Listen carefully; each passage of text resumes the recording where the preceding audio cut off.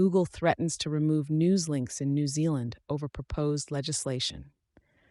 Google has issued a stark warning to the New Zealand government regarding its plans to enact new legislation that would compel digital platform operators like Google to pay for news content they use.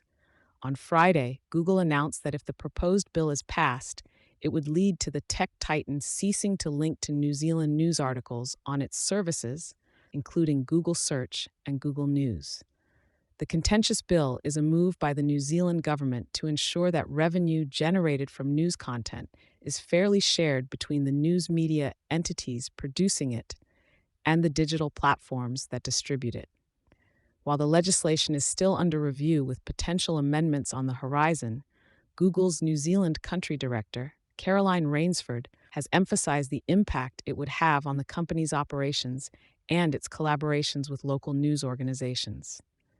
Rainsford stated in a blog post that, should the law be enacted in its present form, Google would have no choice but to halt its linking to news content in New Zealand and terminate its existing commercial agreements.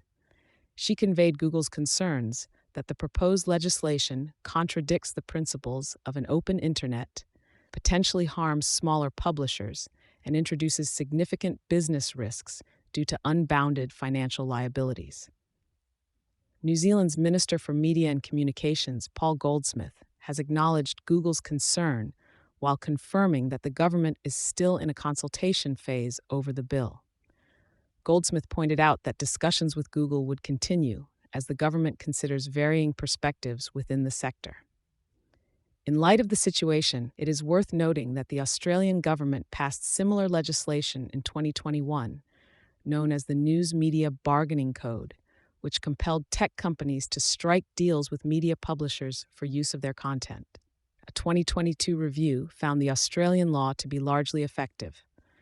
Despite resistance from New Zealand's ACT Party, the proposed payment legislation is still expected to gain enough bipartisan support to pass. This underscores a broader global trend of countries exploring regulatory measures to ensure that news media businesses receive fair compensation in the digital age.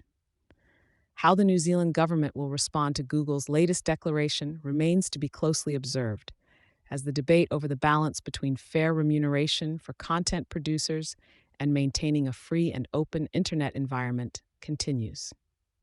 Thank you for choosing Satori News.